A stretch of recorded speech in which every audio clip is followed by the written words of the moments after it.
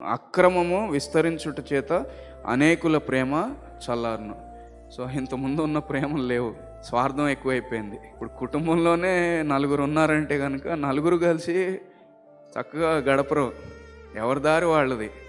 కారులో వెళ్తున్నారు అనుకోండి, నలుగురు కుటుంబం కారులోనే వెళ్తున్నారు, నలుగురు వెళ్తున్నారు అనుకోండి, పాపం ఆయనేమో డ్రైవింగ్ చేస్తూ ఉంటాడు, ఈవిడేమో ఈవిడ ఫోన్ మీద ఈవిడ ఉంటుంది, వెనకాల పిల్లలిద్దరు ఉంటే పిల్లలిద్దరికి ఒక్కొక్కరికి ఒక ఫోను, లేకపోతే ఇద్దరికి కలిపి ఒక ఫోను, వాళ్ళ ఫోన్లో వాళ్ళు ఉంటారు. సో ప్రేమలు చల్లారిపోతున్నాయి, అంటే ఆ రిలేషన్షిప్స్, ఆ బంధాలు అవన్నీ సన్నగిలిపోతున్నాయి. సో ఇలాంటివి వస్తాయి, ఇలాంటి పరిస్థితులు వస్తాయి ఆయన రాకడ ముందు. అవన్నీ మనం చూస్తున్నాం.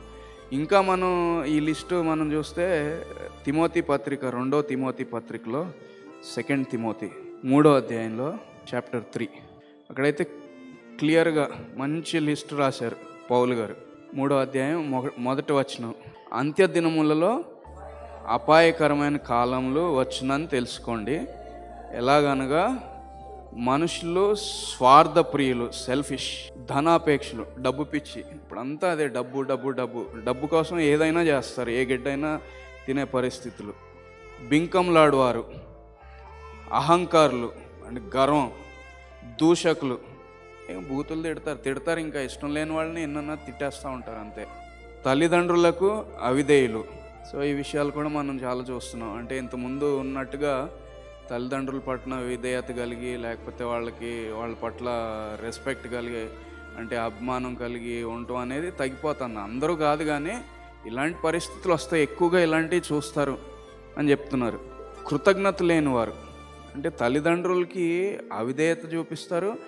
తల్లిదండ్రులురా బాబు, వీళ్ళు మన తల్లిదండ్రులు, వీళ్ళు కష్టపడి మన పెంచుతున్నారు, మన కన్నవాళ్ళు అనే కృతజ్ఞత కూడా లేదు.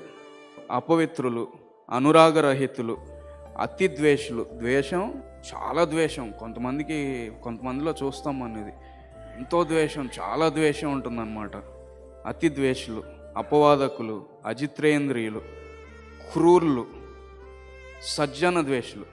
ఒకప్పుడు అంటే ఎలా ఉండేదంటే, వాడు చెడ్డాడైనా మంచివాడిని చూసి, అరే నువ్వైనా మంచివాడు లేరా, నాలాగా ఉండట్లేదు, లేకపోతే నువ్వన్నా మంచిదానివి, నాలాగా ఉండట్లేదు అని కనీసం ఒక ఇది ఉండేది మంచివాళ్ళని చూస్తే, మంచిగా ఉండేవాళ్ళని చూస్తే.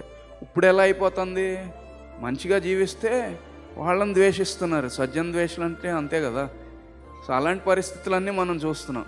సో ఈ పరిస్థితులు వచ్చినప్పుడు దేవుని రాకడ దగ్గరికి వస్తుంది అని జాగ్రత్త పడండి అని చెప్తున్నారు.